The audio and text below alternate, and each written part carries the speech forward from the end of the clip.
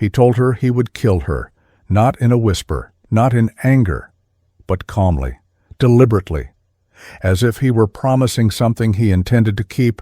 It'll be remembered for a long time, he said. And he didn't care if it took 20 years. 2,000 miles away, months later, another parent stood over a coffin that felt too light. Inside it was the body of a boy who weighed barely 35 pounds. His organs were gone. Authorities called it an accident. 2 teenagers, 2 different countries, 2 cases that should have been solved the moment they began. But instead, they unraveled. One in the quiet neighborhoods of Colorado City, Texas, the other on the cliffs of Malta, under a sun-soaked sky where nothing should have gone wrong.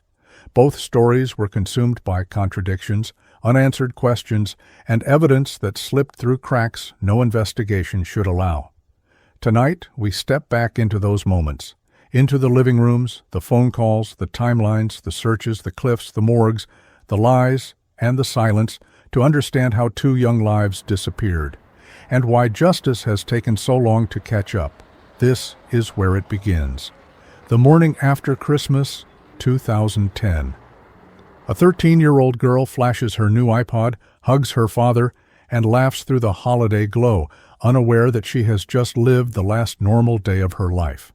And 6 years later, on a Mediterranean island, a 17-year-old boy straps on a backpack, rents a mountain bike, and records a cheerful voice message to his father, unaware that it will be the last time anyone hears him speak. Let's go back. To Texas first. To the house where Haley Dunn woke up, still surrounded by wrapping paper, still full of energy, still safe, for the final time. The morning after Christmas, in Colorado City, Texas, arrived with the kind of quiet that settles over a small town when the holiday rush fades and life is supposed to return to normal. Houses were still warm from family gatherings, wrapping paper still lay in corners. Decorations still glowed in windows along Chestnut Street. Inside one of those homes, 13-year-old Haley Dunn woke up smiling. She had spent Christmas Day exactly the way a kid should, showing off her new iPod, laughing with her older brother David, running back and forth across the street to her father's house, and talking nonstop about school, sports, and the things she wanted to accomplish in the coming year. She had energy that filled every room. She had plans, and she had no idea how quickly her world was about to collapse. That morning, on December 27, 2010, Haley's mother, Billie Jean Dunn, started her day early. She was scheduled for a 12-hour shift at the hospital in Snyder. Before she left, she stepped into Haley's room. Her daughter was still asleep, curled up, breathing softly, wrapped in blankets. Nothing seemed unusual. Billie said goodbye, quietly pulling the door half shut so the light wouldn't wake her. She left a little after 6. She believed Haley was safe. In the living room, Sean Adkins, Billie's boyfriend, claimed he was getting ready for work too. He said he had to be at the Snyder manufacturing plant before dawn. According to his statement, he left at about 5:30 a.m., drove to work, walked inside, picked up a drink, and within minutes quit his job. He didn't tell coworkers. He didn't call Billie. He didn't explain why. He simply walked out. That was his version. Hours later, when investigators pulled his cell phone records, the truth looked different. He never drove to Snyder at all. His phone didn't travel the highway that morning. It stayed right there, pinging towers close to the Dunn home. At some point after Billie left, Haley woke up alone. David, her older brother, was still asleep. The house was quiet. No one knows the exact moment she walked out of her bedroom, what she wore, what she was thinking, but we know this: she would never walk back in again. By early afternoon, something strange happened. At 2:30 p.m., one of Haley's friends received a message from Haley's phone, wide short for, "What are you doing?" It was short, abrupt, unlike her. The friend didn't reply. She later said she wasn't even sure Haley had written it. It didn't sound like her. It didn't look like her texting style. And it would be the last communication ever recorded from Haley's phone. When Billie returned home from work around 6 that evening, she expected to hear Haley's voice in the hallway or the clatter of dishes in the kitchen. Instead, the house was silent. She asked Sean where Haley was. Sean didn't hesitate. She went to her dad's, said she's staying over at Mary Beth's tonight. It was quick, too quick. He spoke as if the story was rehearsed. Billy accepted it without question. Why wouldn't she? Sleepovers were common. Haley was at that age where friends felt like second homes. So Billy changed clothes, settled into the evening, and waited for her daughter to return the next morning. Across the street, however, Haley's father, Clint Dunn, was living a different reality.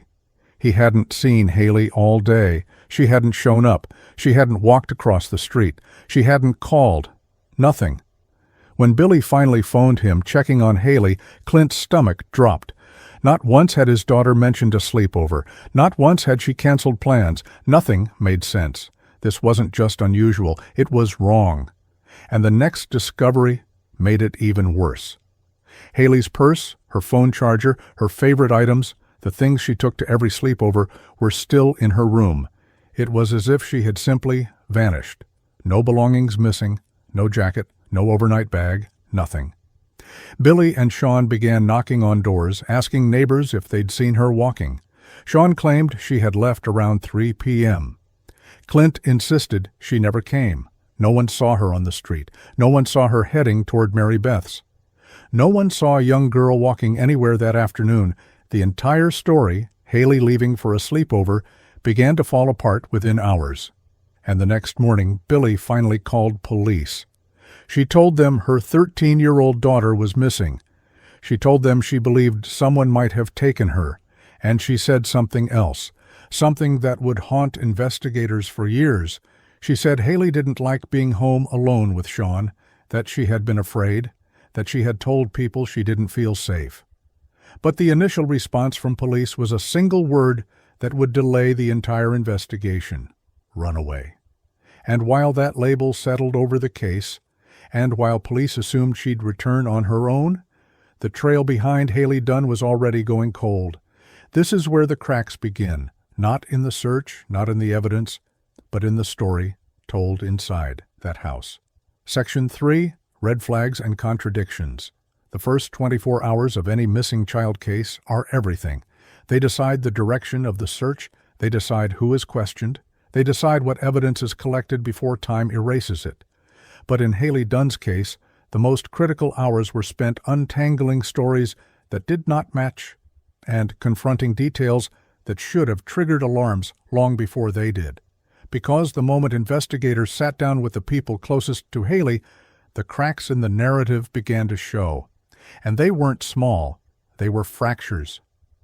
When detectives asked Sean Adkins about his morning, he had an answer ready.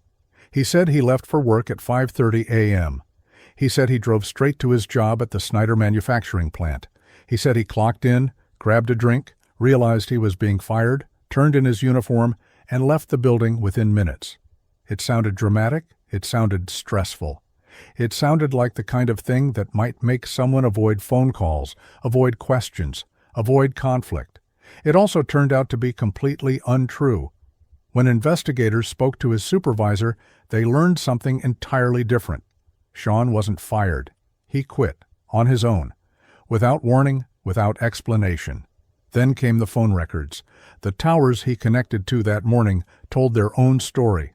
His phone did not travel the 40-mile stretch of highway to Snyder. It never moved far from Colorado City. In other words, the entire job story was a lie, and it was the first of many.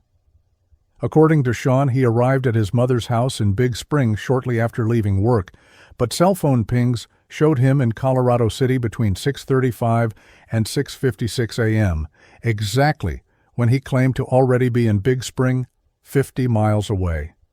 If he had driven there immediately, his phone would have traveled through multiple towers along the route. It didn't.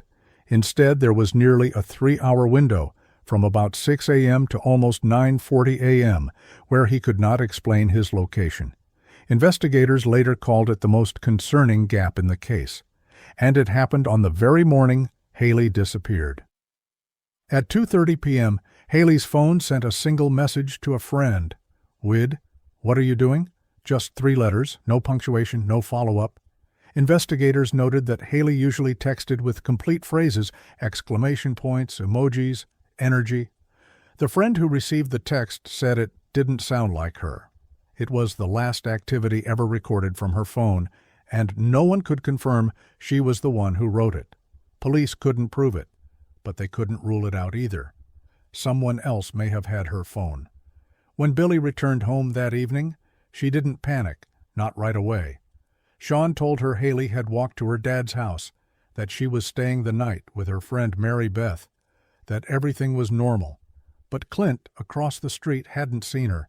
Mary Beth hadn't seen her either. And every item Haley usually brought to a sleepover, her purse, her phone charger, her toothbrush, her favorite things, sat untouched in her room. She hadn't packed anything, not even a jacket, not even socks. It was 30 degrees outside. 13-year-olds don't walk to sleepovers empty-handed in freezing weather. This was the moment the story should have exploded with urgency. Instead, it stalled. When Billy finally called police the next day, the dispatcher took the report. Officers visited the home, and then they made a decision that would set the investigation back by days. They labeled Haley a runaway, 13 years old. No belongings taken, no note, no argument. No reason to flee Christmas gifts and family, but the label stuck. Because it stuck, searches that should have been immediate became slower. Because it stuck, dogs weren't deployed soon enough. Because it stuck, vital locations weren't locked down on time. The runaway label didn't just slow the case, it changed it. Later that afternoon, Haley's older brother David returned home. The front door was locked. That was unusual. He climbed through his bedroom window, dropped to the floor, and looked down the hallway. And that's when he saw him, Sean, standing in the hallway, frozen, like a man caught in a moment he didn't expect anyone to witness. David described it as a deer in headlights expression, wide eyes, shock, stillness. It wasn't the reaction of someone who thought everything was normal in the home. It was the reaction of someone who didn't expect to be found there at all. Later that week, Haley's uncle asked Sean an honest question. How could anyone hurt a child? Sean's answer was quiet, almost mechanical. It's like killing a deer. A simple sentence, delivered without hesitation, without emotion. Investigators noted it. They never forgot it. 4 days after Haley's disappearance. Just 4. Sean and Billy hosted a New Year's Eve party, while search teams combed the fields, while Clint walked miles until his legs went numb, while neighbors taped posters to poles and storefront windows, while the Texas Rangers and FBI prepared to join the investigation. Inside that house, alcohol flowed, music played. People laughed. Clint couldn't understand it. The community couldn't understand it. Investigators couldn't understand it. And for many people in Colorado City, that was the night suspicion grew into something heavier, something that would follow Billy and Sean for years. The inconsistencies were building, the lies were stacking, the timeline was unraveling. But the real turning point came when national attention swept across Texas and forced the investigation into the spotlight. The case goes national by January 4, 2011. The search for Haley Dunn had outgrown Colorado City. Neighbors had walked miles. Volunteers had covered fields, alleys, drainage ditches, empty lots. Clint Dunn had worn through pairs of shoes combing rural backroads on foot because he refused to stop searching, and still no Haley. Pressure was building. Rumors were spreading. And investigators were running out of places to look. So the Texas Rangers stepped in, and then the FBI. But the moment everything changed, the moment this case exploded into national attention, came when a mother seeking help appeared on a television show watched by millions. On national television, Billie Jean Dunn sat under bright studio lights as Nancy Grace began asking questions most interviewers avoided. Not gentle questions, not cautious questions, direct questions, uncomfortable questions, questions about her timeline, about Sean Adkins, about her daughter's fear of being left alone with him, about inconsistencies in every version of events. The interview was tense from the first minute.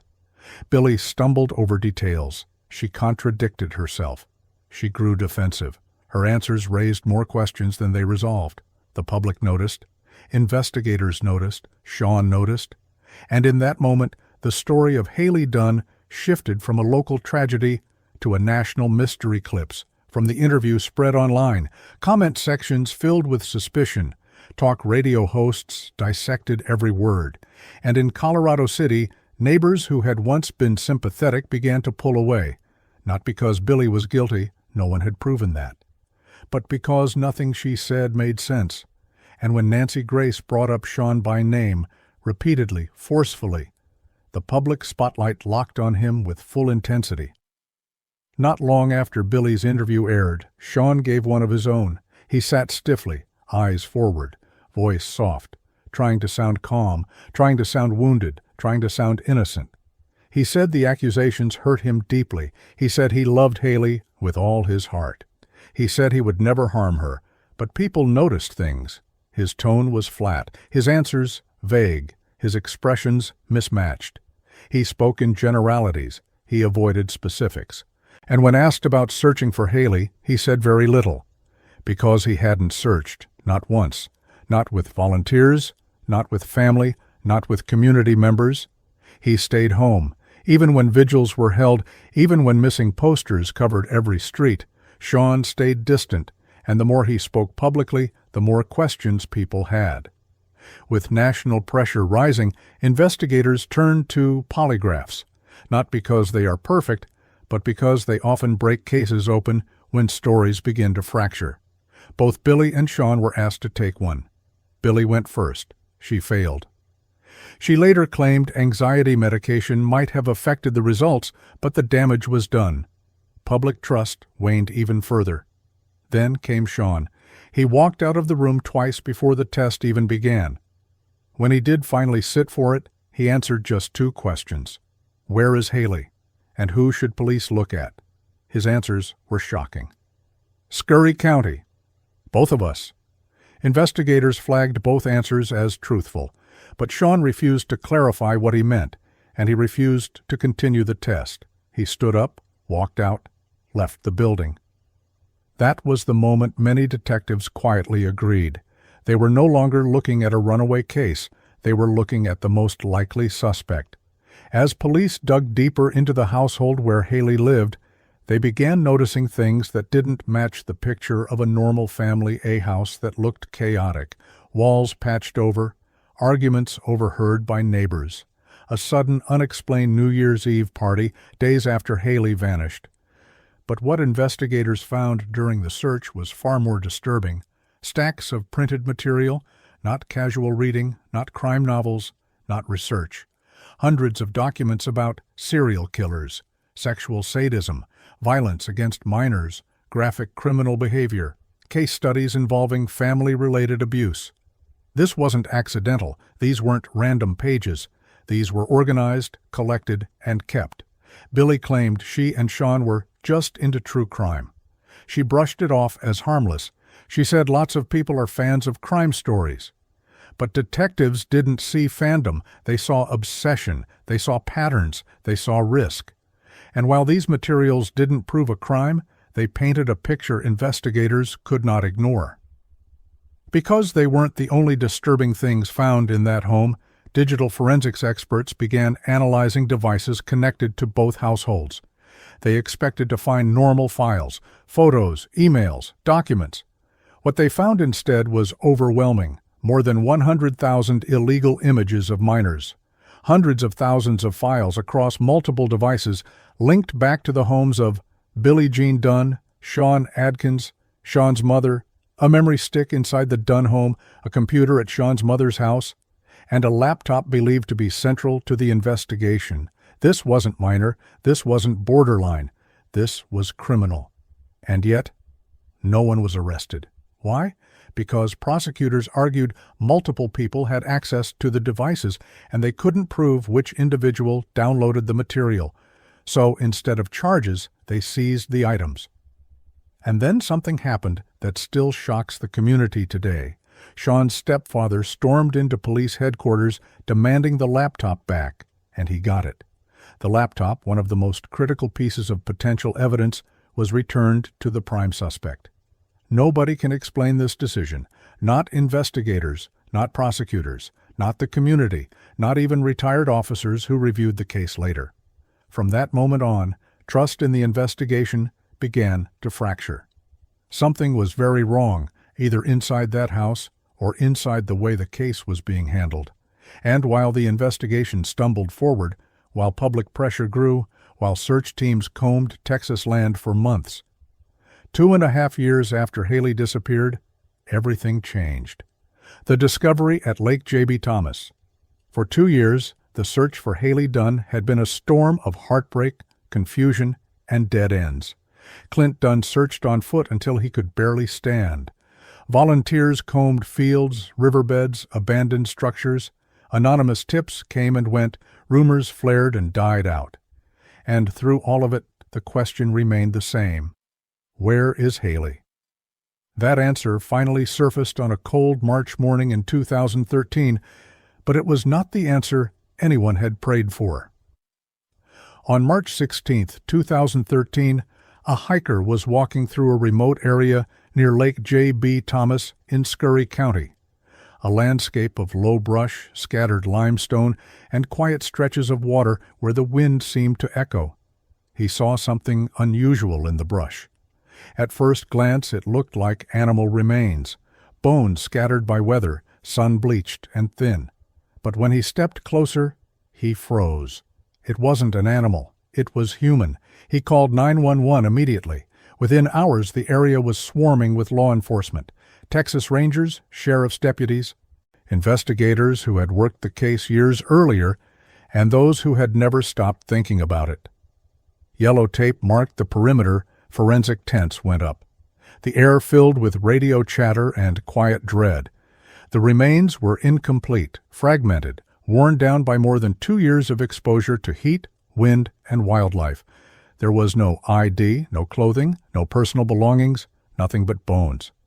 But the moment detectives arrived, everyone already knew the truth. This was Haley. The remains were sent to the University of North Texas Center for Human Identification. One of the top forensic labs in the country. DNA testing would take weeks. Clint Dunn was told privately, quietly, away from cameras, that it was very likely his daughter. He didn't break down. He didn't collapse. He stood still for a long time, staring at the ground, shoulders shaking only slightly, the way a man shakes when the truth is finally too heavy to fight anymore. He had carried hope for more than 2 years, but hope is fragile, and that morning it cracked. On April 26, 2013, the Scurry County District Attorney released the statement.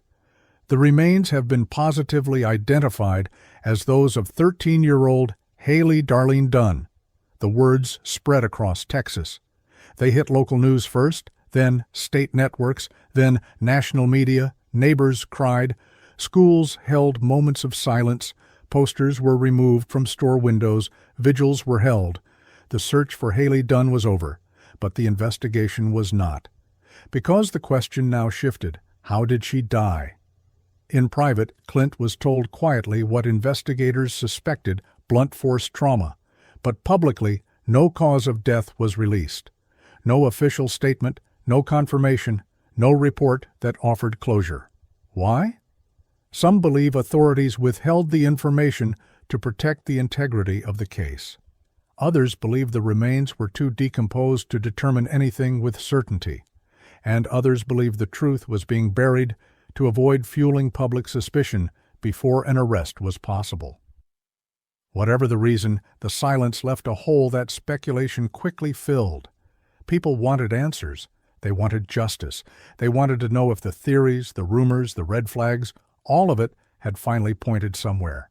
But the official line was as stark as it was devastating: remains identified. No further comment. While others mourned, Clint Dunn transformed. The quiet father who once worked long shifts and spent weekends fishing with his kids became something else entirely.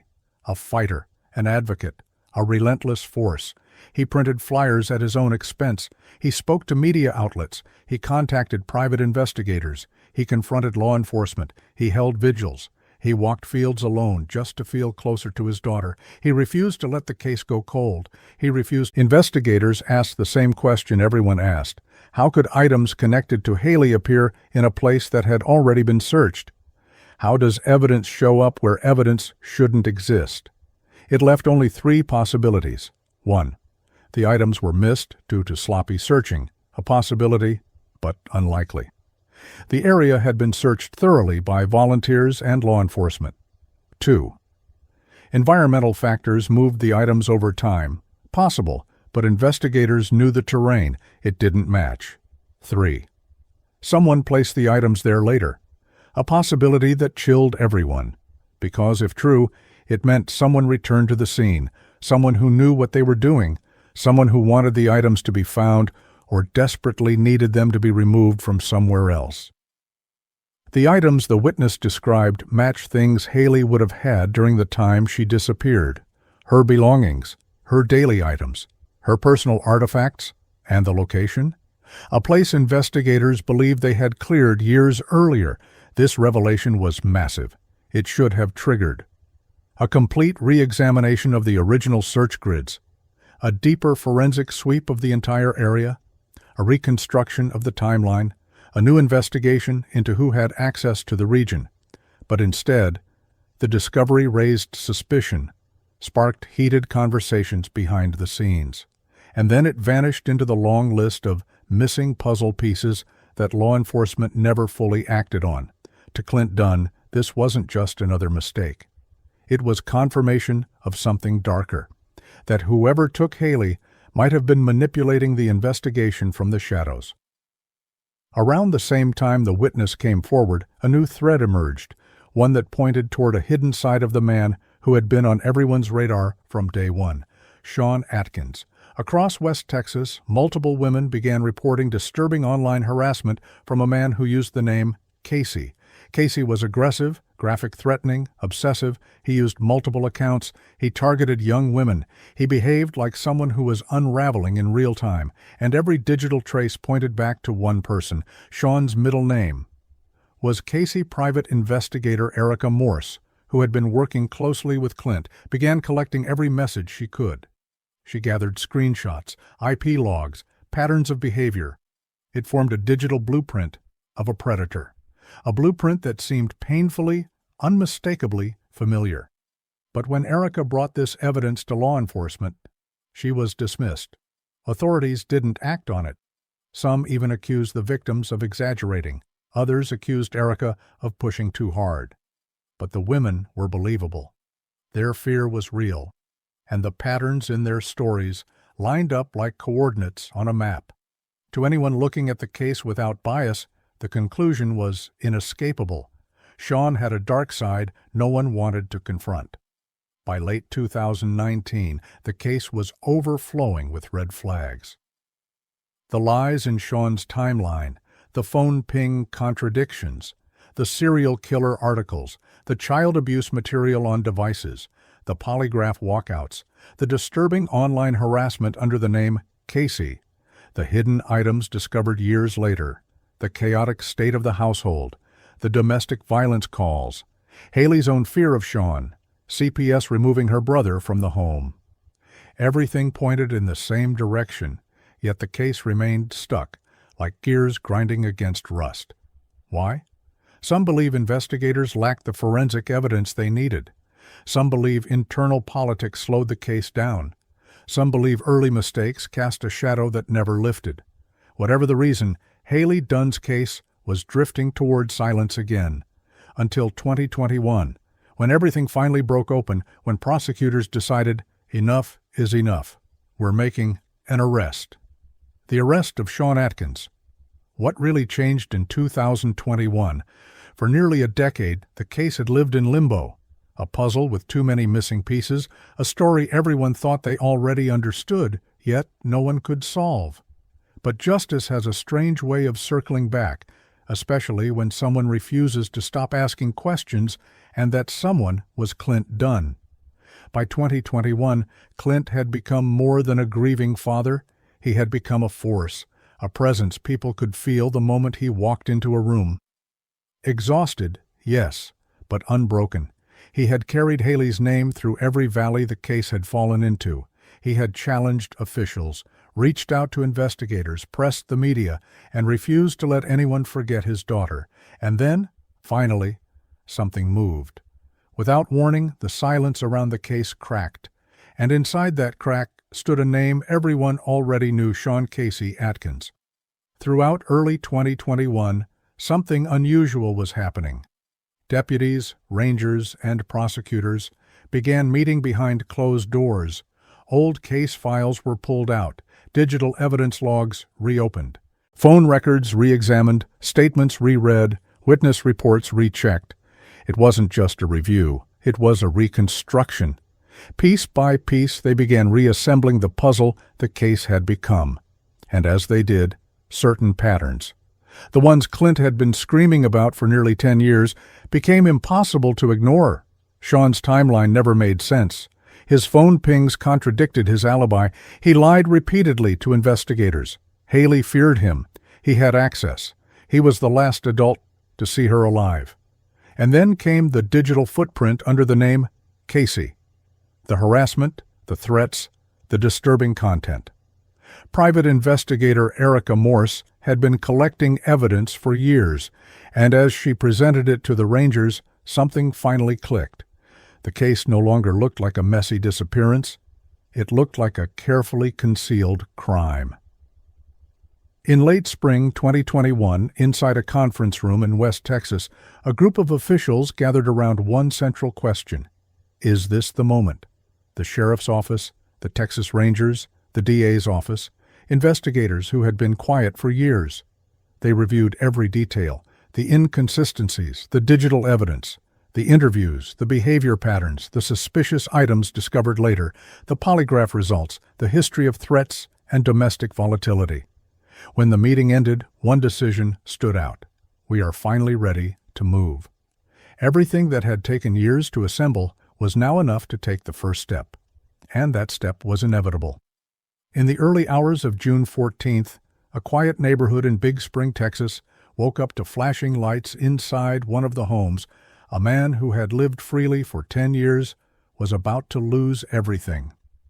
Sean Atkins answered the door with a blank expression, almost as if he had been expecting this moment his entire life. The Rangers moved in swiftly. "Sean Atkins, you are under arrest for the murder of Haley Dunn." The words echoed through the hallway, bounced off the walls, and for the first time since 2010, there was forward momentum. Sean didn't resist. He didn't argue. He didn't ask why. He simply lowered his head and allowed the handcuffs to click around his wrists. His expression?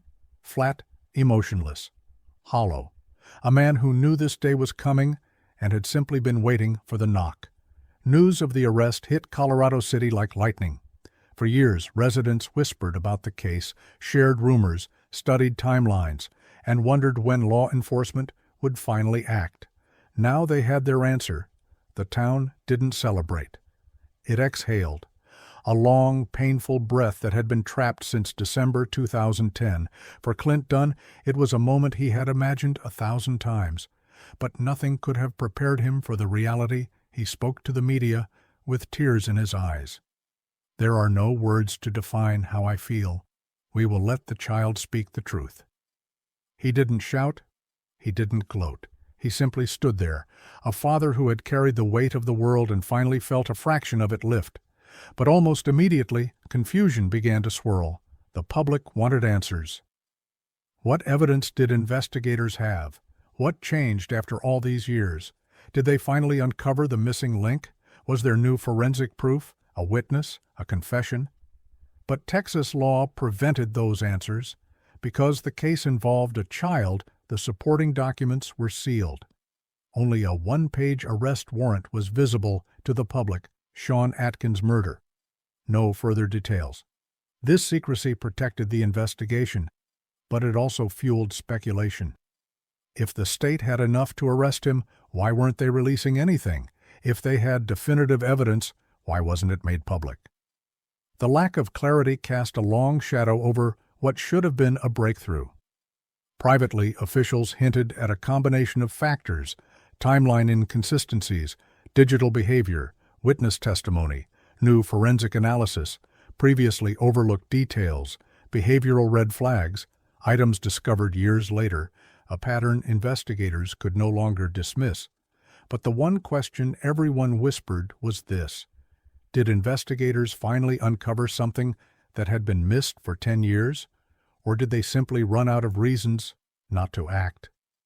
Even today, the true trigger, the exact evidence that pushed prosecutors to arrest Atkins, remains hidden behind sealed files and closed doors. For the Dunn family, this wasn't the end. It wasn't even justice, but it was movement, a sign the system was finally willing to fight. For Haley, for truth, for closure that had been denied for far too long. Clint stood outside the courthouse that night, a man exhausted by grief but strengthened by love. He said something that has stayed with many people who followed this case: justice doesn't move fast, but it does move. And in June 2021, for the first time in 10 years, it moved for Haley Dunn. The case falls apart. Why the charges against Sean Atkins were dropped for a moment. Texas believed the nightmare was finally ending. After more than a decade of doubt, suspicion, false hope, and sleepless nights, the arrest of Sean Casey Atkins felt like a turning point, a hinge, a door finally opening after years of being sealed shut. But that door would not stay open for long, because justice, especially in small towns, especially in cases with gaps as wide as canyons, is fragile. And in 2023, it broke. Not because Atkins was proven innocent, not because evidence was discredited, not because the case suddenly made sense. It fell apart because the system wasn't ready. Not yet. Not with the evidence it had. Let's go back to the moment where everything began to unravel. When Atkins was arrested in June 2021, the community celebrated. But behind closed doors, investigators knew the truth. They had enough circumstantial evidence to justify an arrest, but they did not yet have the kind of forensic certainty required to win a murder trial. They needed direct DNA evidence, trace evidence connecting Sean to Haley, a forensic timeline, a cause of death that could survive cross-examination, physical proof beyond behavioral red flags, a recovered murder weapon, or anything close. They didn't have any of this. What they did have was a mountain of contradictions, lies, alarming digital behavior, and a disturbing history of threats. But in the courtroom, contradictions are not convictions. Suspicion is not enough. The DA made a calculated gamble: arrest Atkins now, build the case while he's behind bars, and find the missing links before trial. It was bold, it was emotional, and it was risky, because if they failed to find what they needed, the case would collapse. Once Sean was arrested, the legal countdown began. Every motion, every filing, every deadline, all of it marched toward one terrifying possibility. If prosecutors moved too fast and the case went to trial without overwhelming evidence, Atkins could walk away free, forever. And double jeopardy would slam the door shut. The Rangers and DA's team worked tirelessly. New searches, interviews, re-examinations, reanalysis of digital data, consulting new forensic experts, revisiting the lake, reviewing Haley's remains, studying the pathologist's notes. But time was not on their side, and cases built on hope cannot survive the courtroom. While Atkins sat in jail from 2021 to 2023, something disturbing happened. Nothing. No bombshell evidence emerged, no forensic breakthrough landed, no confession, no witness stepping forward, and without that missing piece, the definitive, courtroom-ready, beyond reasonable doubt evidence, the case remained stuck. The charges were hanging in midair, and prosecutors knew it. Meanwhile, defense attorneys prepared to attack. Uncertain cause of death, lack of physical evidence, no surviving forensic trace, a contaminated investigation, lost digital files, a dysfunctional early response, the sealed affidavit shielding weaknesses. They were sharpening knives before trial even began. And then, the worst-case scenario arrived. After 2 years of holding Atkins, the DA's office made a brutal announcement. They were dropping all charges, not because Atkins was innocent, but because they could not yet prove guilt. The filing was formal, cold, and devastating. The state moves to dismiss charges without prejudice due to insufficient evidence at this time. Without prejudice meant they could file again, they could reopen the case, they could act later. But at that moment, the case did not have enough strength to survive trial. When the news hit Colorado City, it felt like a funeral search volunteers cried. Supporters were furious. The community felt betrayed. Clint Dunn stood outside the courthouse, his voice shaking with the weight of a decade of pain. They're not done, they will not walk away from this, and neither will I. It wasn't anger, it was something deeper, a vow. Here are the specific reasons prosecutors could not move forward. 1. No identifiable cause of death.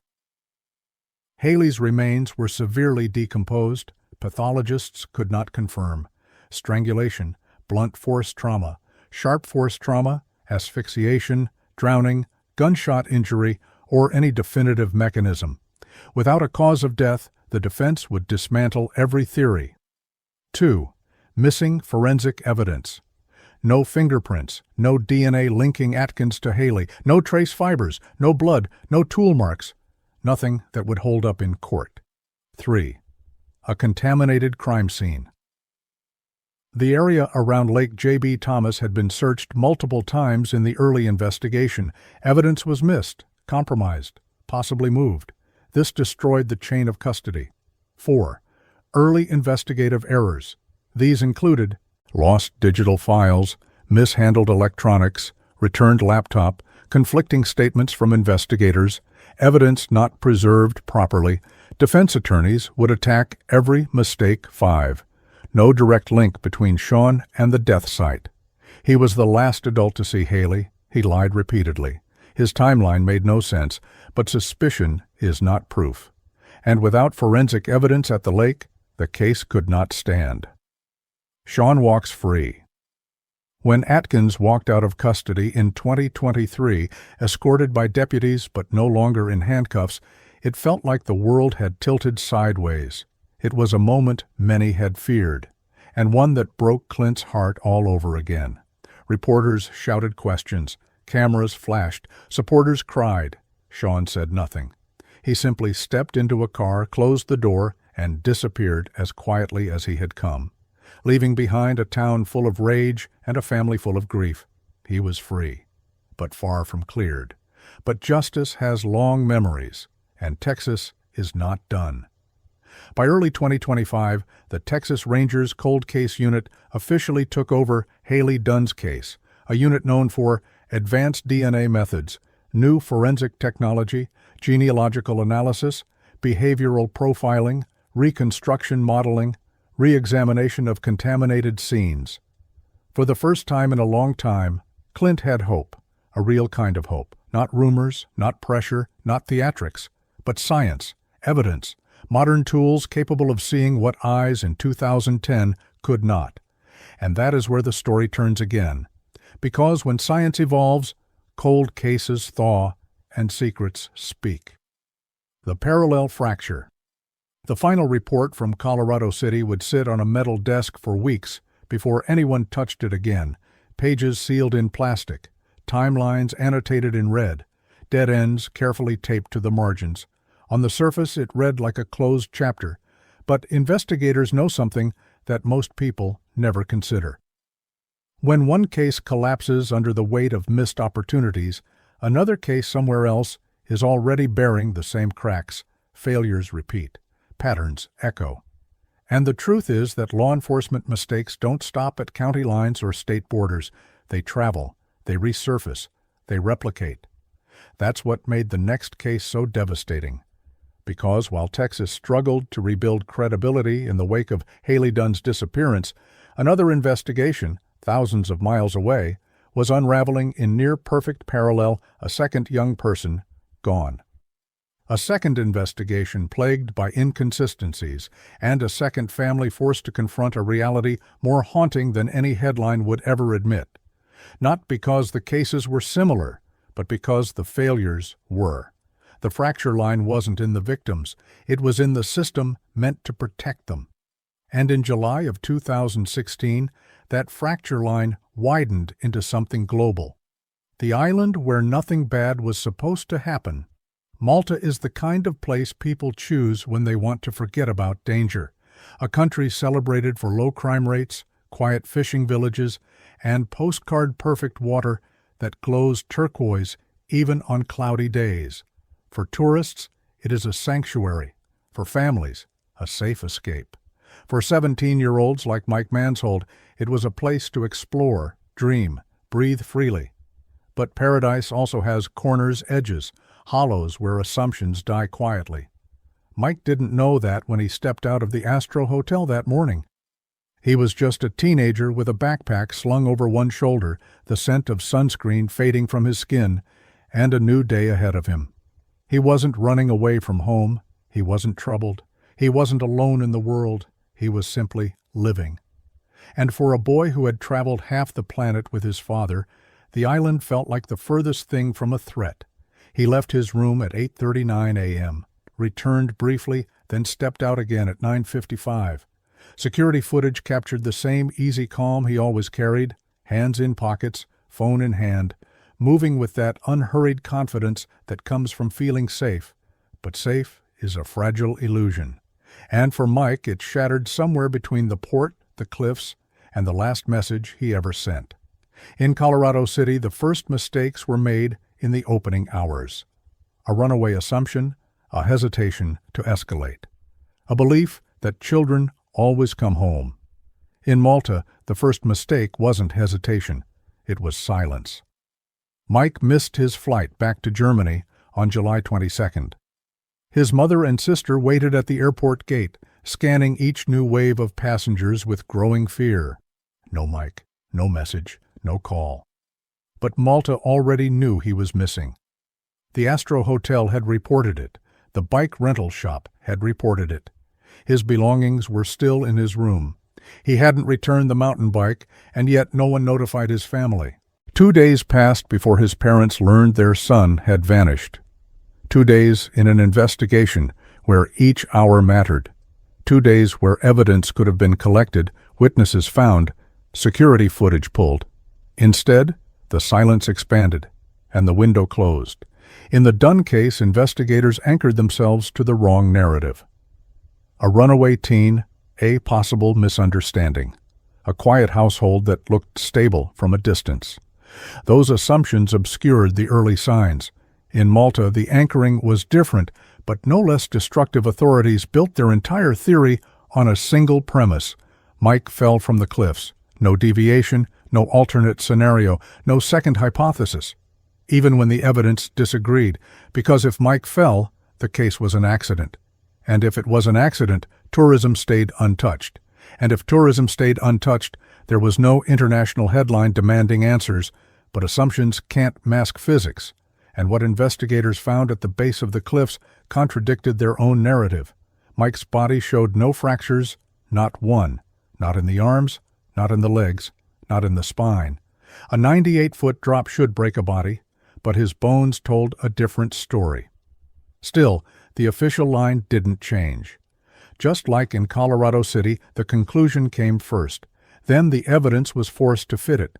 In both cases, the crucial evidence didn't simply get overlooked. It moved.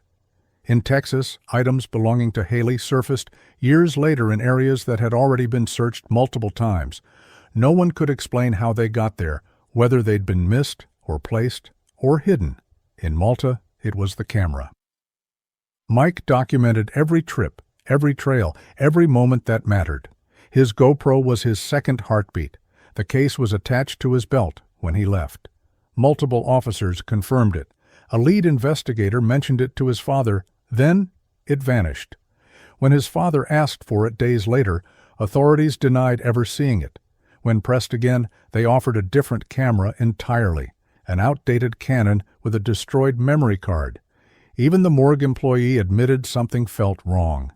Evidence doesn't disappear unless someone lets it. And in both cases, the objects that mattered most were the objects that refused to stay put. When the Dunn case went cold, official statements became measured, careful, restrained, heavy with subtext. The tone was unmistakable. "We will continue investigating." But the momentum suggested otherwise. In Malta, the statements were even tighter. Closed, controlled, dismissive. It was an accident, no foul play, no missing organs. Then missing organs, then rodents. Then heat decomposition, then silence. A narrative rewritten with each new question. A story designed to settle concern rather than reveal truth, because acknowledging a potential crime meant acknowledging failure, and acknowledging failure meant inviting scrutiny. In Colorado City, scrutiny came anyway. In Malta, it was deflected, redirected, softened into a story people could accept even when it conflicted with the evidence. Both cases reveal an uncomfortable truth. Sometimes the instinct to preserve an institution outweighs the instinct to uncover the truth. In Texas, it was Clint Dunn, a father walking through fields, dumpsters, woods, drain pipes, anywhere a clue might live. His grief became his engine, his persistence, the only force keeping the case alive. In Malta, it was Byrne, a father standing at the edge of foreign cliffs, questioning officials, taking notes, photographing sites, interviewing locals. He had to become his own detective because the system handling his son's death was collapsing under contradictions. Two fathers on opposite sides of the world, two men searching for answers they should never have had to chase alone. Their pain wasn't parallel, it was identical. The same disbelief in authority, the same gut-level certainty that the official explanation was incomplete. The same feeling that the truth was being buried in paperwork and excuses, and the same promise whispered at every search site: "I am not leaving without you." In Texas, the Dunn case collapsed under contradictions, the failed polygraphs, the inconsistent timelines, the volatile household, the sudden arrests, the sudden releases, the sealed files, the unsealed rumors. Each new fact challenged the old ones. Each new statement weakened the last. In Malta, the collapse was even sharper. First, an accidental fall, then a broken neck, then no broken bones, then missing organs explained by animals, then no animal marks, then the camera that existed, then didn't, then a missing hyoid bone, then a cause of death inconsistent with terrain, physics, and timing.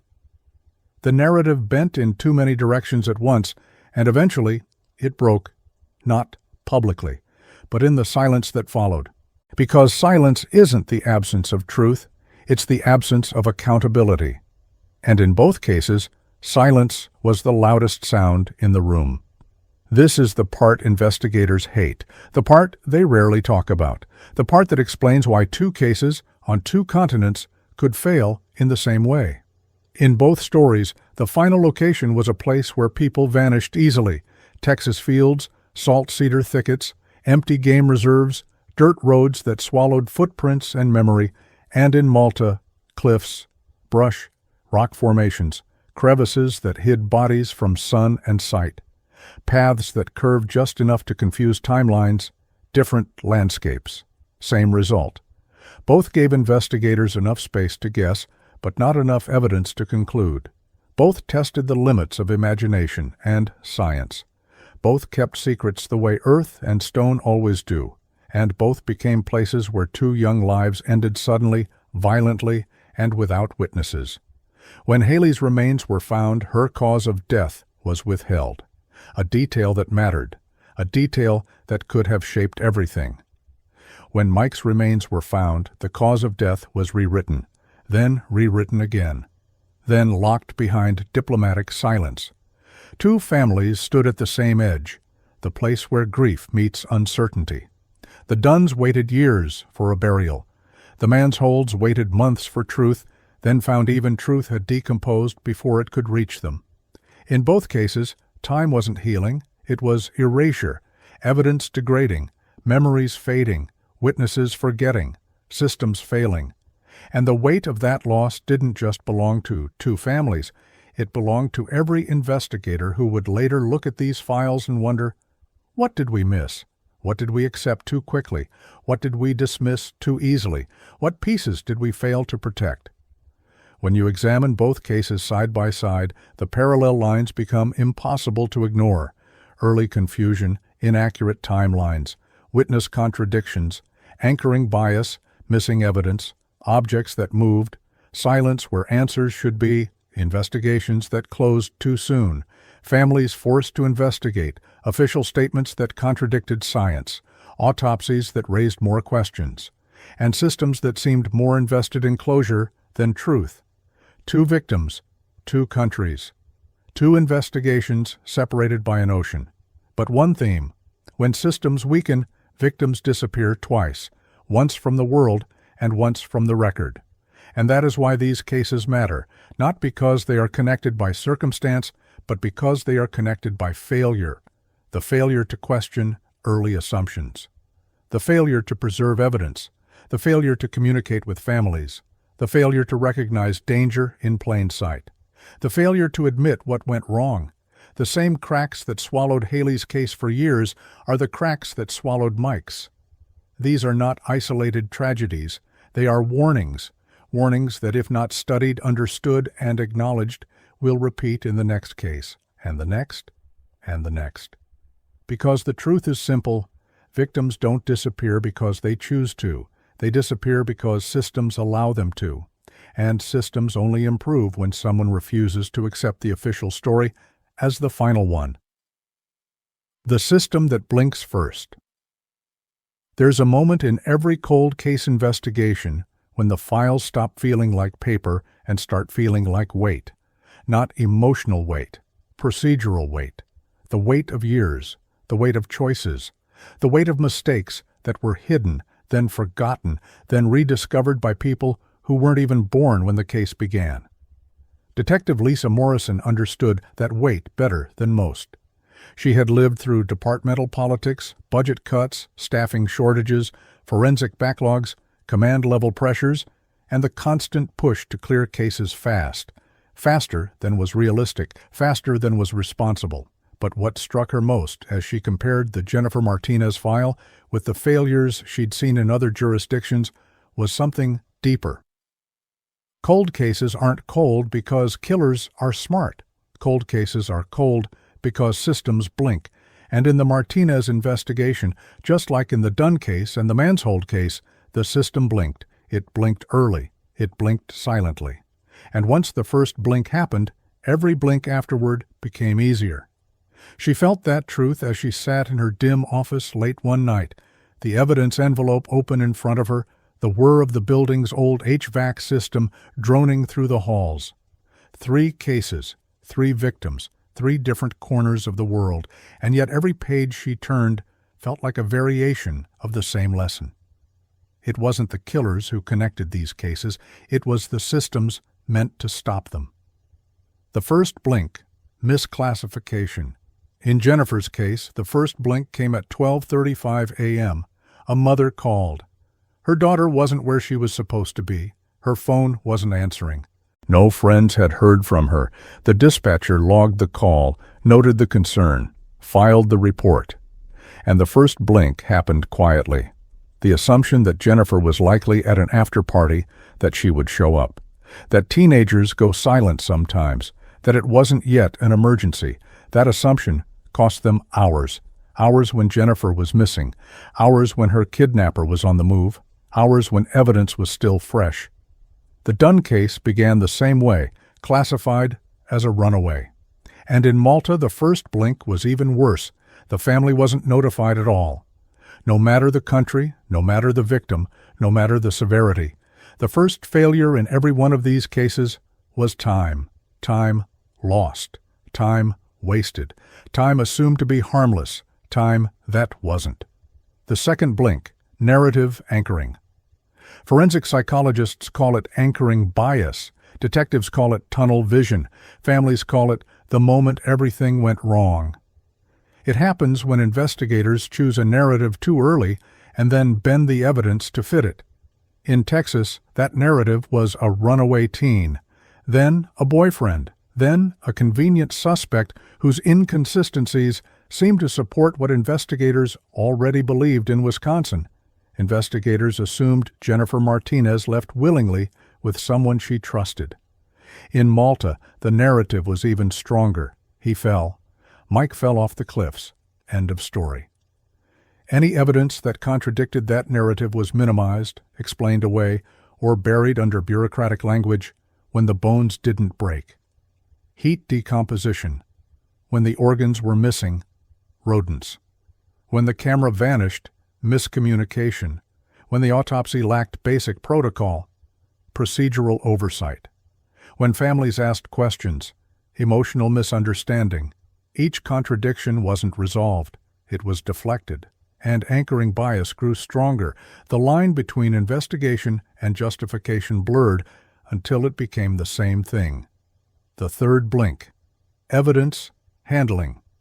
When Morrison compared the Martinez file to these other cases, she felt the same discomfort rising in her chest, a discomfort that came from understanding how fragile evidence truly is.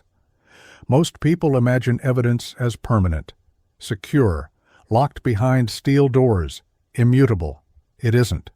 Evidence is vulnerable to time, to humidity, to human error, to chain of custody breaks, to lack of funding, to inexperienced personnel, to political pressures, to misplaced priorities, to the simple fact that people get tired, overwhelmed, distracted. The Dunn case had evidence that moved between locations without documentation. The Manshold case had evidence that appeared, disappeared, and reappeared in different forms, first confirmed, then denied, then replaced with something entirely unrelated. And in Jennifer's case, the envelope, the single most important piece of physical evidence, sat untouched by modern DNA analysis for 25 years, not because of corruption, not because of malice, but because the system blinked again. Someone in 1999 decided the envelope wasn't worth testing. Someone in 2002 prioritized a different case. Someone in 2008 filed the box deeper on a shelf. Someone in 2015 archived it without revisiting.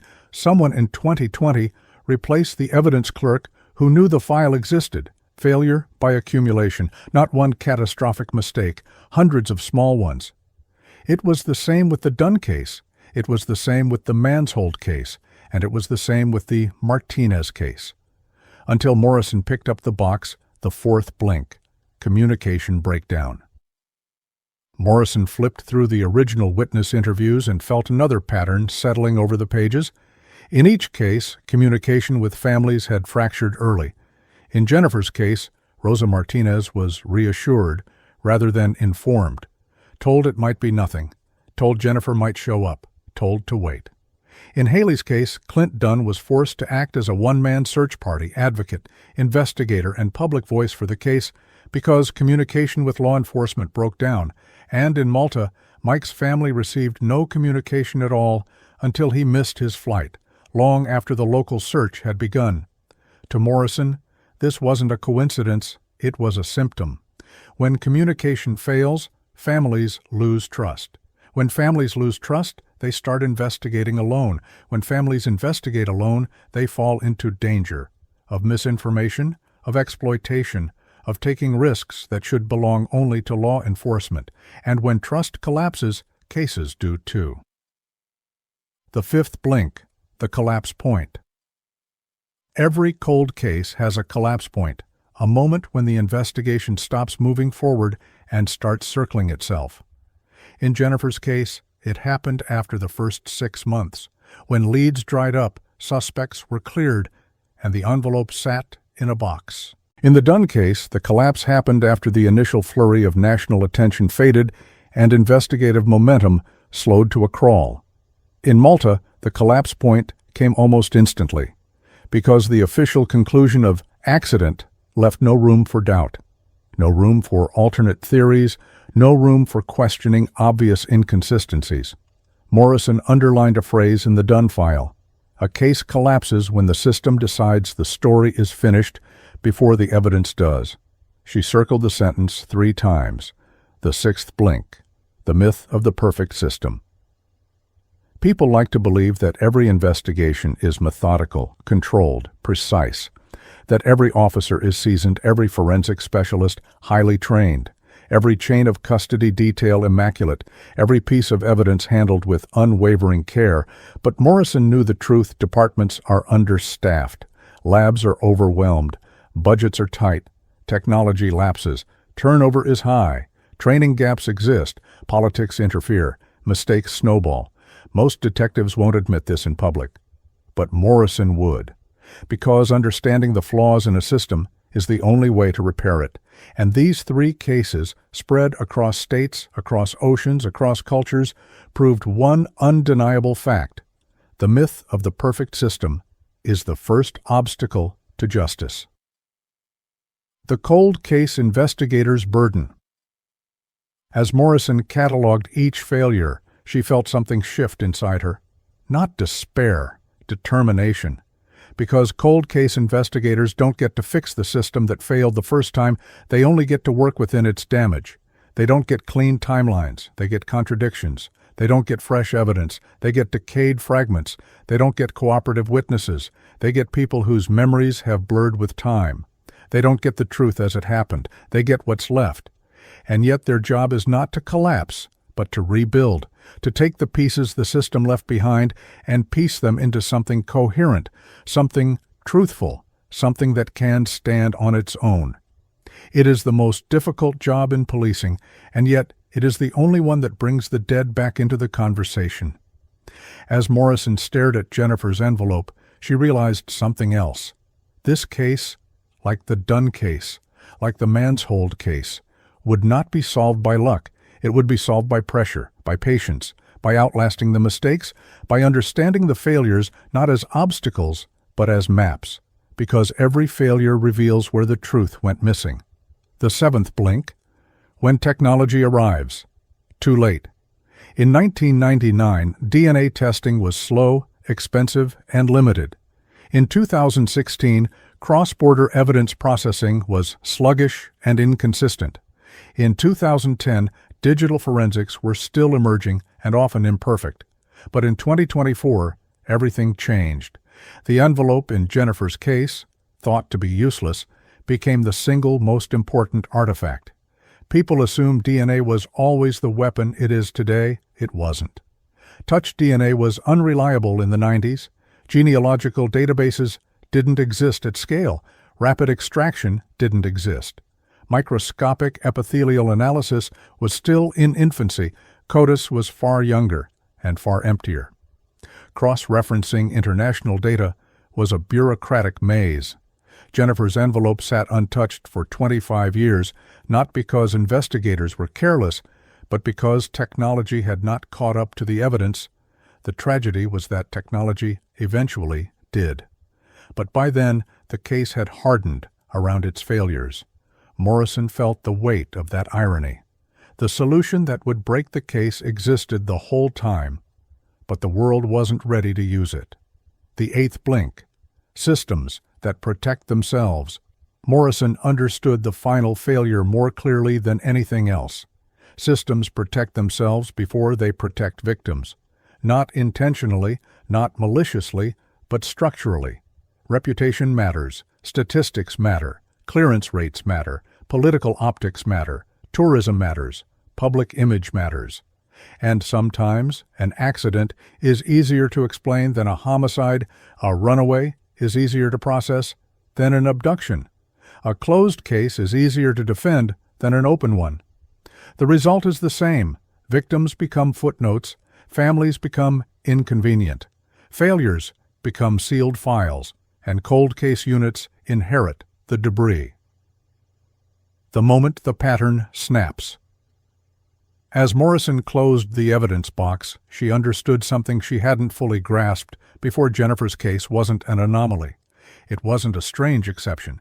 It wasn't a unique tragedy. It was part of a global pattern, a pattern spanning Texas plains, Maltese cliffs, Wisconsin schoolyards, and every place where investigations falter under pressure. Cold cases don't become cold because they are impossible. They become cold because the moment the system blinked, the truth slipped through. Morrison wrote one final note before turning off her desk lamp. A note meant for her. A note meant for every cold case investigator who would touch this file in the future. a note meant for every family searching for answers. She wrote, "Never accept the first story, never ignore the contradiction. Evidence forgotten is evidence alive." She closed her notebook, locked the evidence box, and walked down the silent hallway toward the exit. Tomorrow she would begin building the case again, slowly, carefully, relentlessly, piece by piece, because justice is not a sprint.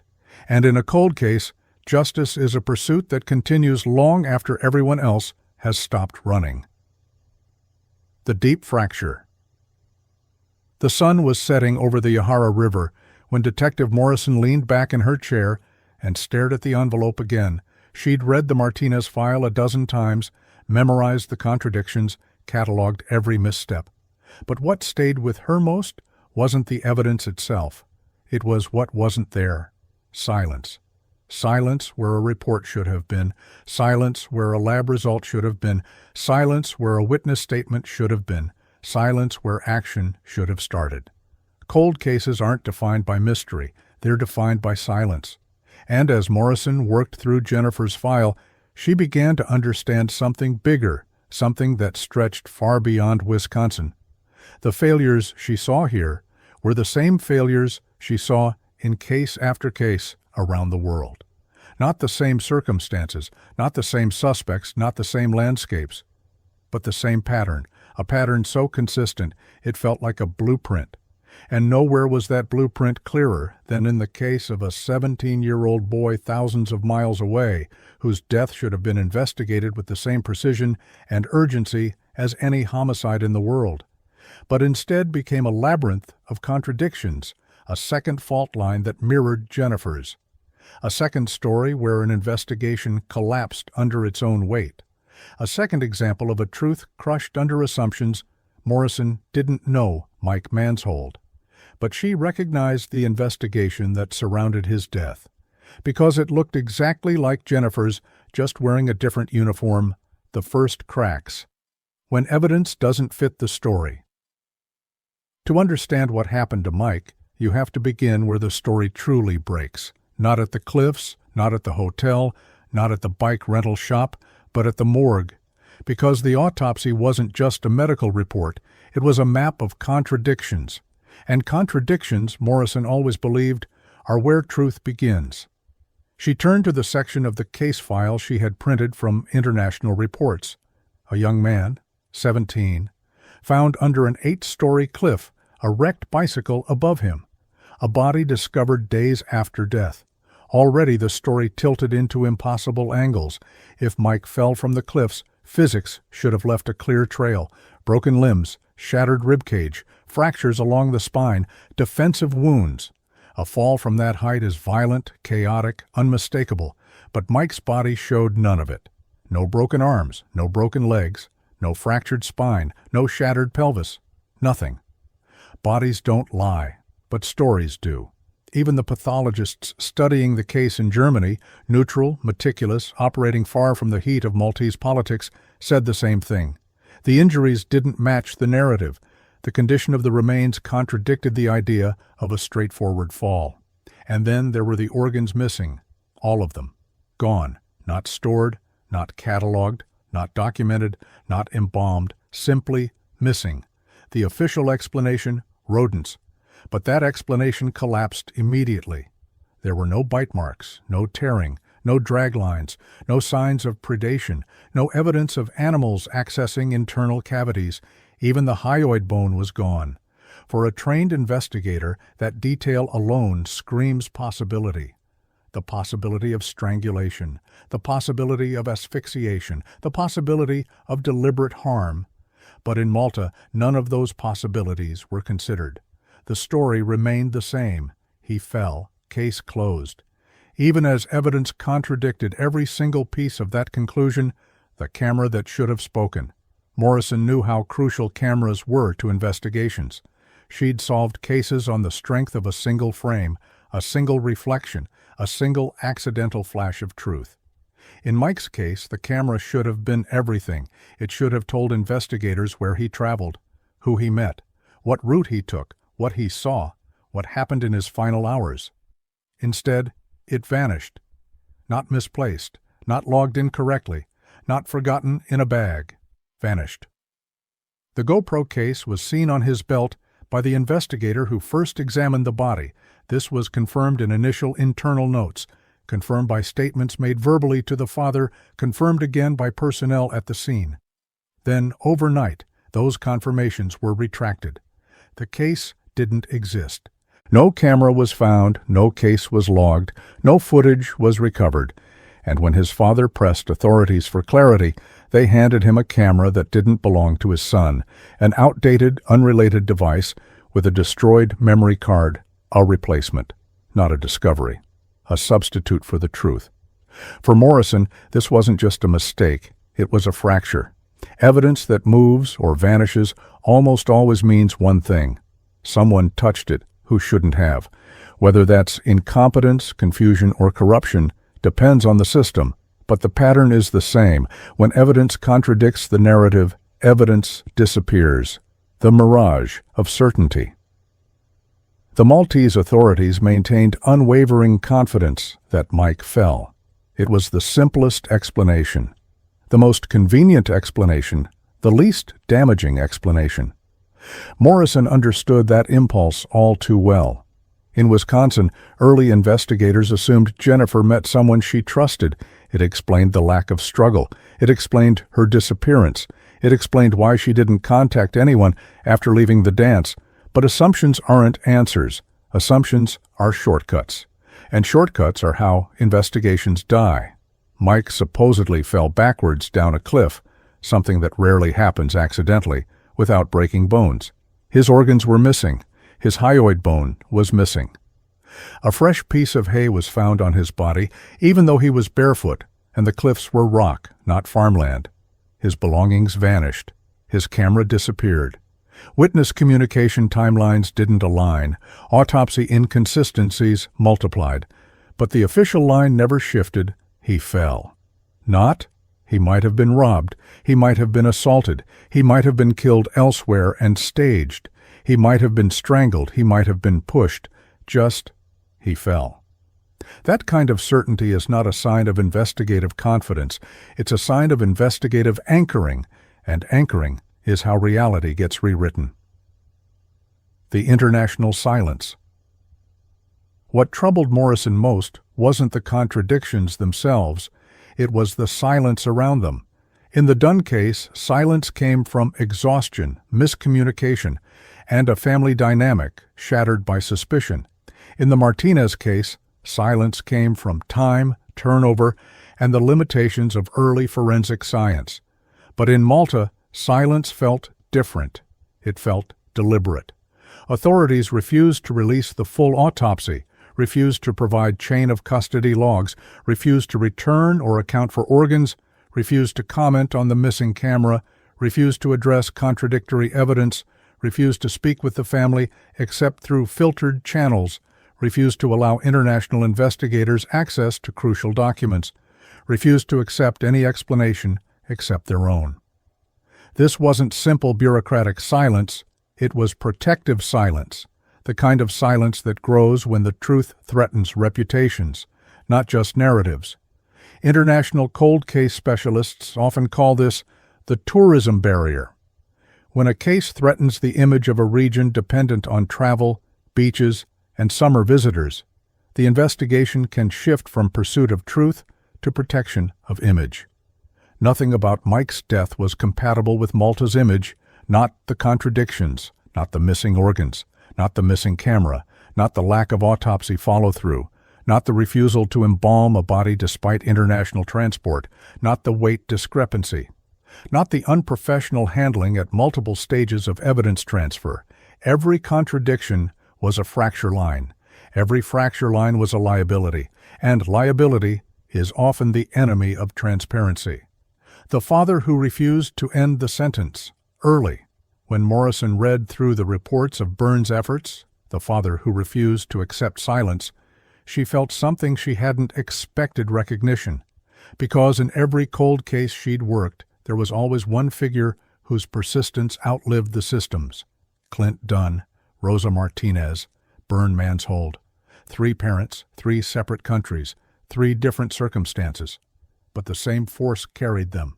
The refusal to let silence write the ending. Byrne had confronted investigators, pressed them about the GoPro case, challenged the physical impossibility of the fall, questioned the missing organs, filed formal complaints, fought through bureaucratic walls, traveled to Malta to demand answers the system would not give him.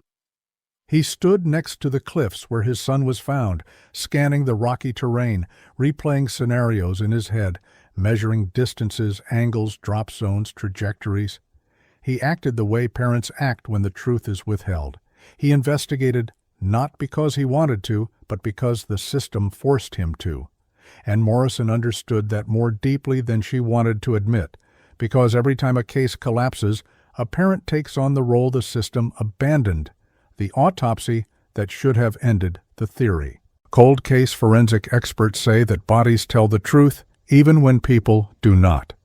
The truth was in Mike's remains, and the truth was simple.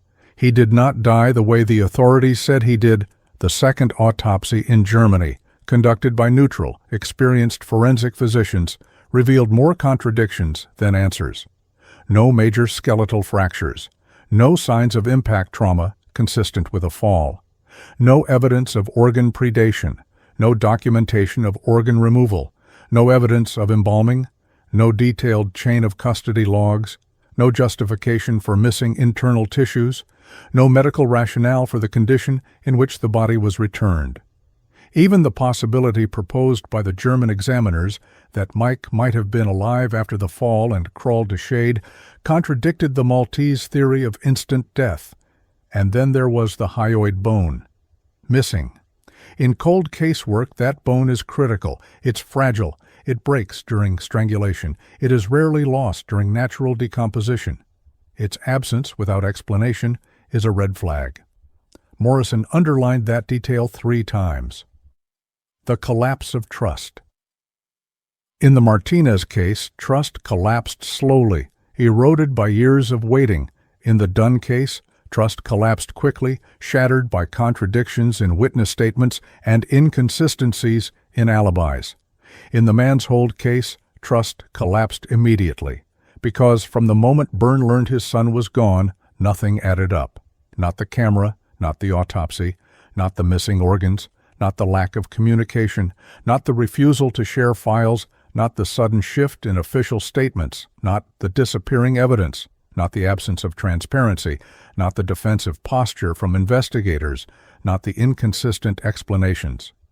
Trust doesn't collapse because people expect perfection. It collapses when people see a system avoiding the truth. And once it collapses, families stand alone. The question. Morrison couldn't ignore. At the bottom of section 11 in her notes, Morrison wrote one final question, a question she knew would define the next stage of the narrative, a question every viewer of your channel will feel in their chest. She wrote, "If the system is allowed to blink, who forces it to open its eyes again?" She tapped her pen against the margin. There was only one answer. Families, journalists, cold case investigators, anyone who refuses to accept silence, anyone who refuses to let a story collapse under bureaucracy, anyone who understands that truth does not vanish. It waits. Jennifer waited. Haley waited. Mike waited. Section 12. 2 fathers, 2 continents, 1 truth. The world is wide. The oceans that separate countries stretch farther than the eye can see. Cultures shift, laws change, police departments operate under different rules, different pressures, different expectations. But grief does not pay attention to geography. Loss does not respect borders. And when a child disappears, the distance between Texas, Wisconsin, and Malta shrinks into nothing. That truth became unmistakable to Morrison as she mapped the fractures in both cases onto one board, Jennifer's photo in one corner, Haley's in another, Mike's in a third. 3 lives, 3 timelines, 3 families, 3 systems that blinked at the wrong moment. But in the center of that board, Morrison pinned something else, something that connected the cases more strongly than any forensic detail ever could. 2 fathers, 2 men who refused to let their children disappear into paperwork, 2 lives that became parallel without ever touching. Clint Dunn in Texas, Mike Manshold in Germany. They didn't know each other, would never meet, would never speak, but they fought the same fight. The fight a system never should have left to them. Clint Dunn, the father the case.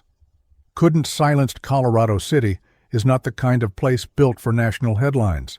It is a place of weathered fences, quiet streets, and homes where everyone knows the sound of each neighbor's truck ignition. But after Haley vanished, the entire town changed. It became a grid of search parties, flyers, and prayers whispered into December winds. Clint walked miles each day, into fields, past abandoned sheds, through alleys, down irrigation ditches, into places where he prayed he would not find her and places where he feared he would. People watched him from porches. Some cried. Some offered water. Some joined him. But Clint didn't want comfort. He wanted truth. He wanted answers. He wanted to bring his daughter home. And for years, he pushed against a system that bent, wavered, then stalled. He fought when evidence was dismissed, fought when timelines were questioned, fought when suspects lied, fought when silence replaced certainty. He never stopped, never surrendered, never accepted the version of the story that officials tried to give him. It wasn't stubbornness. It was love sharpened into resolve. The kind of resolve a parent finds only when there is no other choice. Mike Manshold, the father who carried the evidence, himself across the world. Another father touched another clue. A missing camera, a contradictory autopsy, a son who should have come home. Mike arrived in Malta exhausted, frightened, desperate to believe the simplest answer. Parents want to believe their child is alive. Parents want to believe the world is safe. Parents want to believe systems are honest. But the moment Mike saw the cliffs, he knew something was wrong. The angles were wrong. The distance was wrong. The physics were wrong. The explanations were wrong. And when authorities denied the existence of the GoPro case, despite confirming it earlier, Mike felt something Clint had felt too. A system retreating into silence. Mike asked questions, and every question met resistance. Why no broken bones? Why no organ documentation? Why no embalming? Why no chain of custody logs? Why no transparent autopsy? Why the wrong camera? Why the destroyed memory card? Why did no one call us when he went missing? Some questions were ignored. Some were deflected. Some were answered with explanations that shifted like sand. But the more the system pushed away, the more Mike pressed forward. Not because he wanted conflict, but because he wanted truth. And truth in cases like these is not given. It is chased. Two fathers at the edge of the same cliff, Morrison, closed the Martinez file and sat with the weight of what she'd learned. Two fathers, each carrying the same burden, the burden of knowing their children deserved a better investigation, the burden of walking trails alone, the burden of tracing timelines themselves, the burden of facing systems that faltered under pressure, the burden of hearing answers that echoed hollowly against facts. Two fathers separated by continents, but connected by something deeper, the raw, unforgiving knowledge that something about the story did not fit. Clint knew it. Mike knew it. And so did Morrison. The truth was not just in the evidence, it was in the instinct of parents who know when the story doesn't align with their child's nature, their habits, their fear, their routines. Parents know their children's patterns better than any investigator. They know when something is off. They know when something is missing. They know when something is wrong. And they know when someone is lying. The institutional mirror. What jarred Morrison most wasn't the differences between the cases. It was the similarities. 3 different countries, 3 different legal systems, 3 different time periods, 3 different victims, one identical pattern, the same premature conclusions, the same anchoring bias, the same evidence handling failures, the same missing cross-checks, the same communication breakdowns, the same dismissed contradictions, the same reliance on convenient narratives, the same bureaucratic silence, the same defensive posture, the same institutional self-protection, the same collapse. When Morrison looked at the Martinez envelope, she wasn't just holding evidence. She was holding a symbol of the exact moment systems fail, the moment when an uncomfortable possibility becomes easier to ignore than investigate. That moment happened in Colorado City. It happened in Malta. And it happened in Madison, Wisconsin. 3 stories, 3 victims. One flaw. Truth collapses when institutions prioritize certainty over accuracy. What cold case investigators really inherit. Cold case detectives often describe their work as archaeology, not digging through dirt, but digging through decisions. Every box contains the sediment of human error, choices layered over each other, misjudgments pressed into pages, assumptions hardened into conclusions. When Morrison opened the Martinez box, she didn't just inherit evidence. She inherited every blink the system took before her. She inherited the moment officials reassured a panicked mother instead of escalating. She inherited the moment budgets limited testing. She inherited the moment investigators misread a clue. She inherited the moment a narrative solidified too soon, just like Maltese investigators inherited the assumptions surrounding Mike.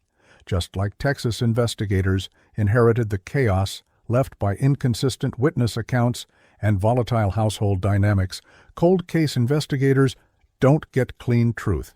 They get the truth as filtered through the people who came before, and their job is to unfilter it. Why these stories matter together. Morrison read the last page of her notes and understood why these cases needed to be told side by side, not because the victims resembled one another, not because the circumstances matched, not because the perpetrators were similar, but because the fractures aligned. These stories are not about tragedy. They are about the cost of institutional weakness, the price families pay when investigations stall. The truth that disappears when early assumptions harden. 2 fathers learned that the hard way. And now Morrison had to carry that knowledge into Jennifer's case, because once you see a pattern like this, you can't unsee it. And once you understand the fracture points, you can trace them forward into new cases, new investigations, new victims whose names haven't yet been written into evidence logs. These stories matter together because they expose a truth people don't want to acknowledge. Cold cases don't go cold. Systems go cold. Families don't stop searching. Institutions stop asking. Victims don't vanish. Evidence does. And if no one speaks about these patterns, nothing changes. The question that silences rooms. Morrison stood from her desk, crossed the room, and pinned one final note to the center of the board. A simple question, a question that sits at the heart of every cold case, a question law enforcement hates, a question families eventually ask, a question viewers whisper to themselves while watching stories like this unfold. She wrote, "What if we had gotten it right the first time? Would Haley have been found sooner? Would Jennifer's killer have been stopped earlier?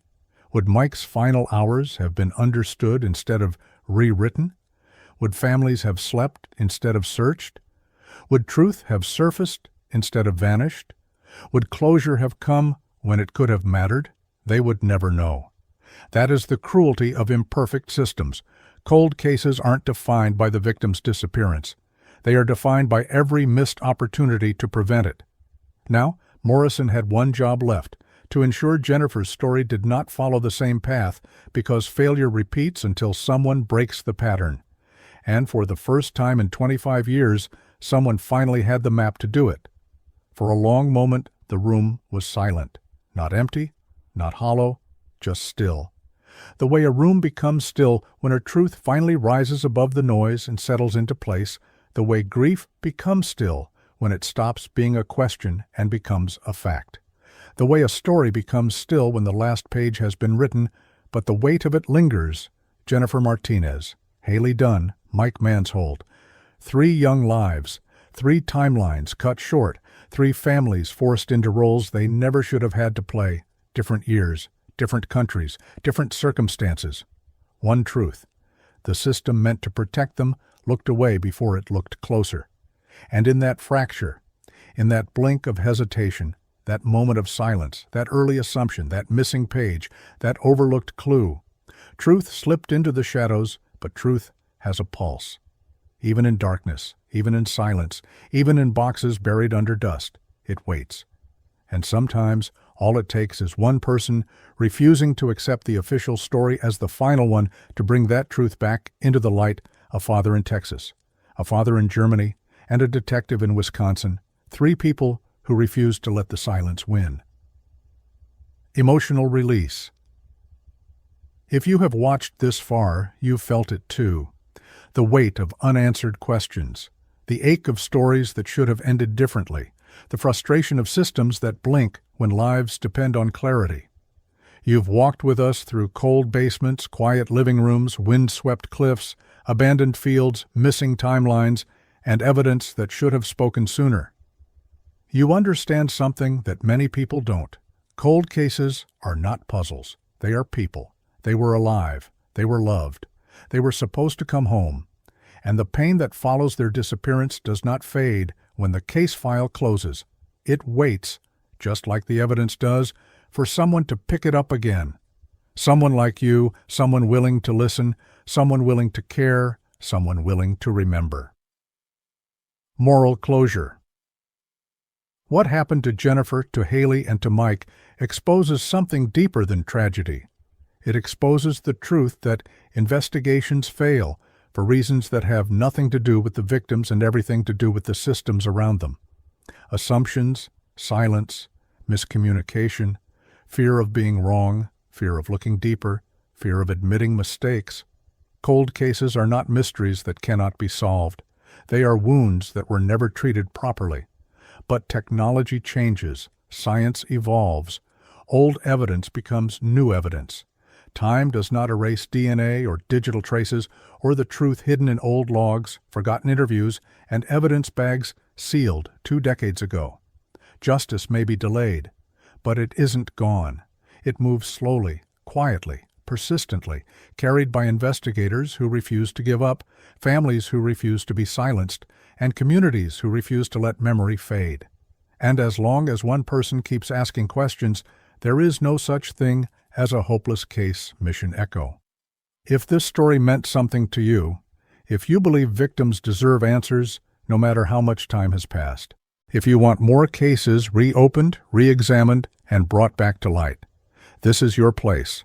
We tell these stories for a reason: to remember the victims, to pressure outdated systems, to keep cold cases alive, to show families they are not alone, to prove that silence does not win when enough people are listening and your voice matters.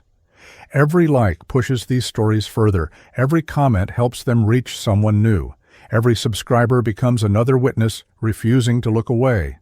So before you go, take a moment.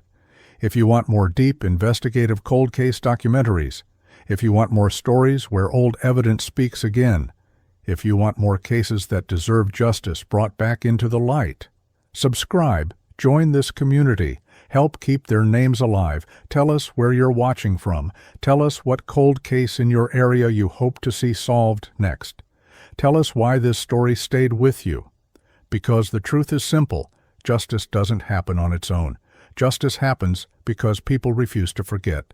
Thank you for watching. Thank you for remembering Jennifer. Thank you for remembering Haley. Thank you for remembering Mike. And thank you for believing that the truth still matters, no matter how long it takes to find it. Description: 3 cases, 3 victims, 3 families separated by thousands of miles, but connected by the same devastating pattern. Investigations that blinked when the truth needed them open. This documentary-style deep dive unravels the stories of Jennifer Martinez, Haley Dunn, and Mike Manshold, each caught in a web of early missteps, overlooked evidence, missing timelines, and institutional silence. We examine how a single envelope, untouched for 25 years, finally exposed a killer. How a young girl's disappearance in Texas spiraled into a national mystery. And how a 17-year-old's death in Malta contradicted every official explanation offered. What happened inside those evidence rooms? Why did crucial items vanish, reappear, or contradict official reports? And why do so many cold cases around the world break in the same exact places? Inside this investigation, the forgotten envelope that held a killer's DNA, the timeline errors that crippled multiple cases, contradictions in autopsies, evidence handling, and early police assumptions, why victims were mislabeled, misclassified, or misunderstood, how 2 fathers refused to let silence write the ending, Why forensic science is exposing truths that institutions once ignored. The global pattern behind cold case failures and what it means for future victims. This film isn't just about tragedy, it's about the systems that failed, the families who refused to stop searching, and the evidence that waited decades for someone to finally listen. If you believe every victim deserves answers, even when justice comes late, this story is for you. Comment below. Where are you watching from? And which cold case in your area do you hope is solved next? Disclaimer. All stories on this channel are entirely fictional and created solely for entertainment. Any resemblance to actual persons, events, investigations, locations, or cases is purely coincidental. Names, timelines, and investigative details are products of creative storytelling and should not be interpreted as factual accounts.